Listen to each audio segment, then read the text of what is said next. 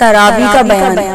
صرف ماہ رمضان المبارک میں نماز عشاء کے بعد 20 رکعت تراویح پڑھنا سنت موقدہ ہے، اور افضل یہ ہے کہ 2 رکعت کر پڑھی جائیں۔ ہر 4 رکعت کے بعد بیٹھ کر درود شریف اور تسبیح پڑھنے میں وقت صرف کیا جائے۔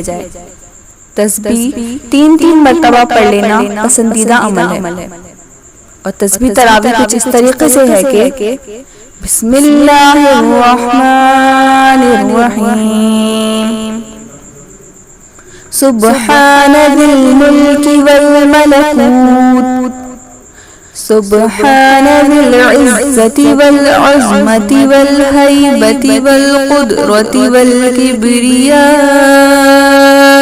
والجبروت،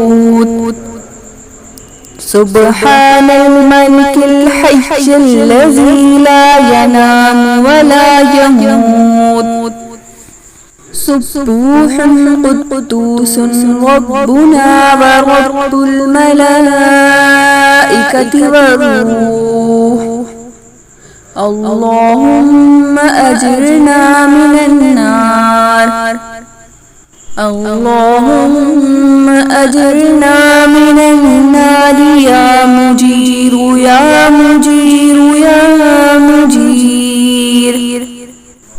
ترجمہ: پاک ہے زمین و آسمان کی بادشاہی والا، پاک ہے عزت و بزرگی، ہیبت و قدرت اور عظمت و روح والا، پاک ہے بادشاہ، زندہ ہے، وہ سوتا نہیں اور نہ مرے گا، بہت ہی پاک اور بہت ہی مقدس ہے، ہمارا پروردگار اور فرشتوں اور روح کا پروردگار۔